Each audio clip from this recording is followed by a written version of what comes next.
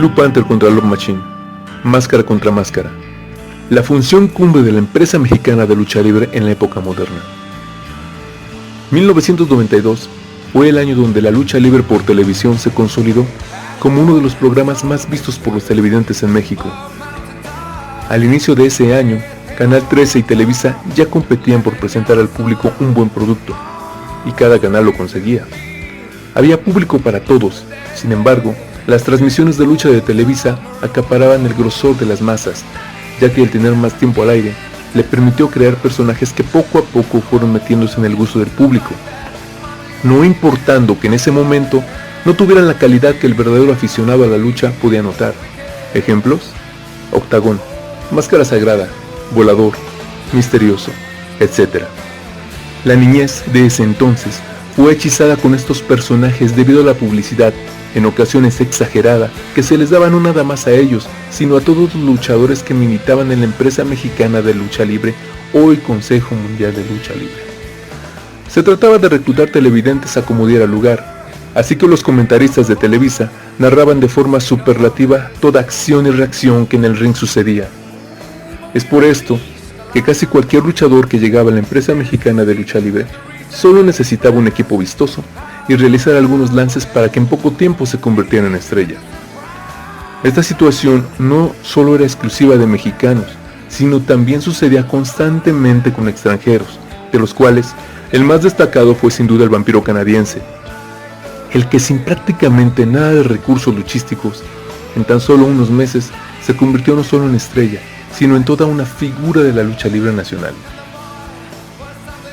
En ese contexto fue que llegó de Oregon, Estados Unidos, un luchador de 1.90 de estatura, que respondía al singular nombre de The American Love Machine, del cual solo quedó Love Machine, nombre de batalla que fue causa de múltiples comentarios picarescos debido al humor mexicano, y aunque parezca gracioso e imposible de creer, el día en que debutó este hombre, muchas seguidoras a la lucha libre solo asistieron para conocer al autonombrado La Máquina del Amor.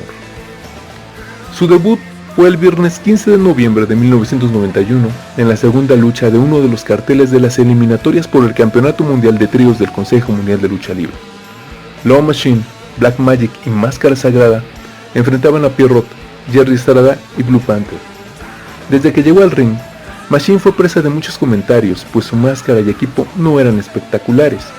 La verdad, se veía un diseño poco elaborado. Además, fue duramente criticado por la prensa especializada, pues desde que subió al ring, trataba a toda costa de llamar la atención del público, con desplantes que cayeron en lo grotesco, pues corría de un lado para otro, agregándole a esto diversos ademanes que eran más propios de un rockero o de una estrella del pop que de un luchador. No obstante esta situación, como luchador, Machine desde un principio mostró gran calidad al vencer en la tercera caída de forma limpia a Panther.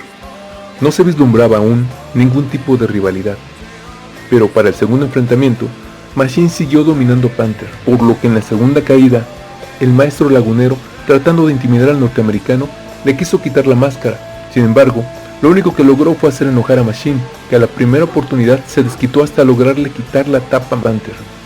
Desde ese día, la rivalidad de ambos fue en aumento.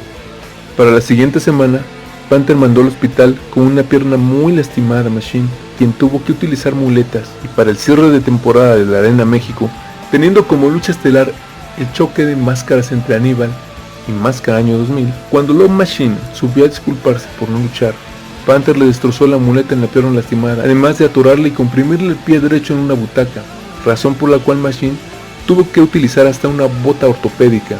El norteamericano tuvo un descanso forzado, aproximadamente de un mes. Varias cápsulas informativas dentro del programa de lucha libre se transmitían al aire explicando la gravedad de la lesión de la pierna de Machine. La televisión daba seriedad al asunto, obteniendo el impacto deseado en el público, que realmente se sentía consternado por la lesión del norteamericano. Entonces los aficionados dejaron de apoyar a Panther debido a su antideportiva actitud. El 24 de enero de 1992 en la Arena Coliseo, se presentaron los hermanos Grundy para solo saludar al público, pues no iban a luchar. Con ellos subió Machine, que tampoco lucharía, pero que tuvo que hacerlo ya que Panther subió a agredirlo. Sin embargo, no contó con que los hermanos Grundy lo defenderían, llevándose una grandiosa felpa. La rivalidad no tuvo continuidad en ese momento debido a la lesión de Machine. Fue hasta el 13 de marzo cuando otra vez se enfrentaron en la Arena México, y de nuevo la encarnizada rivalidad hacía que se arrancaran las máscaras mutuamente al menor descuido de alguno. La televisión volvió a actuar, preparando un magnífico escenario para engrandecer aún más la rivalidad e impacto del público por ella. Raúl Sarmiento entrevistaba a Blue Panther en el estacionamiento de la Arena México cuando llega Machine y arremete contra Blue, resultando un agarrón verdaderamente callejero, del cual mucha gente quedó espantada por la violenta manera en la que se estaban golpeando. Ese día y a la semana siguiente, ambos brindaron combates violentos donde quiera que se presentaron, por lo que al surgir el reto por las máscaras, el público televisivo deseó asistir a la función. Así que la Arena México tuvo su primer gran lleno de 1992. Este fue el segundo combate de la década de los 90 en la empresa mexicana de lucha libre, que atrajo masivamente al público. El primero había sido Rayo de Jalisco Jr. contra Cien Caras, pero a diferencia de aquel que se había gestado durante años, en realidad este era el primer combate que llenaba la Arena México debido a la publicidad televisiva, por lo que este lleno se le atribuye más a la televisión que a la promoción de la empresa mexicana de lucha libre. El nivel de fanatismo estaba en su punto máximo, de tal forma que la capacidad de la Arena México no tuvo aforo para albergar a las oleadas de gente que se remolinaba a la taquilla.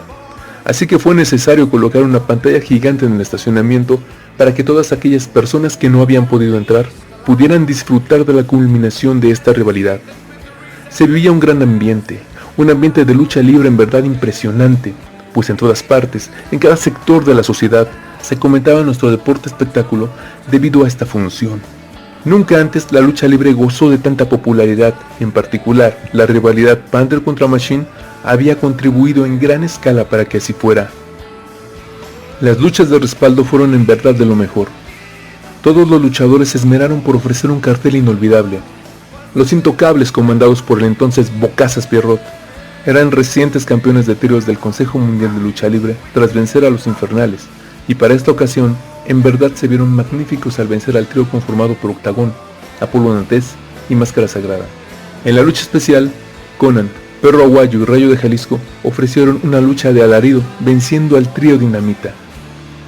La gente estaba feliz viendo cómo el Perro y Conan hacían las paces tras su encarnizada rivalidad, y aún más feliz viendo cómo Conan maltrató cuantas veces pudo al referee malvado de ese momento, el Gato Montini, quien ya debía una serie de triunfos malogrados en favor de los rudos. El triunfo de los técnicos logró poner a la gente eufórica. Para el turno semifinal, por la corona mundial de peso medio de la NWA, el campeón Atlantis venció a la Fiera en una lucha donde Arturo Casco subió como emergente, pues el retador oficial, que era la Bestia Salvaje, se había fracturado la nariz días antes. La lucha resultó un honorable combate por un título mundial, y para felicidad de los niños, Atlantis utilizó su quebradura en todo lo alto para vencer a la Fiera. El momento estelar llegaba ante la desesperación de los miles de fanáticos, quienes ya deseaban ver frente a Panther y Machine. Sin embargo, tuvieron que esperar, ya que la Honorable Comisión de Lucha Libre designó a 3 referees para esta lucha, pues las quejas sobre el Gato Montini ya eran demasiadas, así que para imprimirle más dramatismo a la lucha, se designaron a 3 referees para el combate, 1 por caída. Esta era la primera vez que se presentaba tan singular situación. Se hizo un sorteo antes de iniciar la lucha ante la presencia del comisionado Dr. Pedro Ortega para designar el orden de los referees.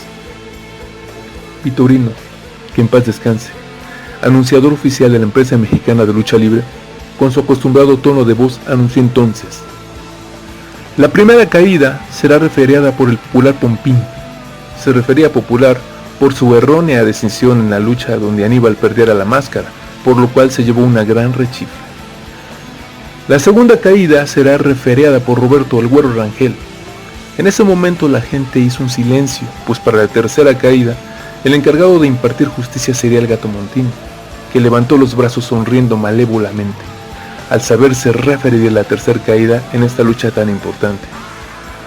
Vitorino presentó a los contendientes, y de forma sorpresiva, la mayoría del público estaba con Panther, el cual de forma inmediata se dedicó a atacar la pierna de Love Machine, quien se defendió como pudo, pero la verdad el rudo demostró toda la experiencia necesaria para llevarse la primera caída.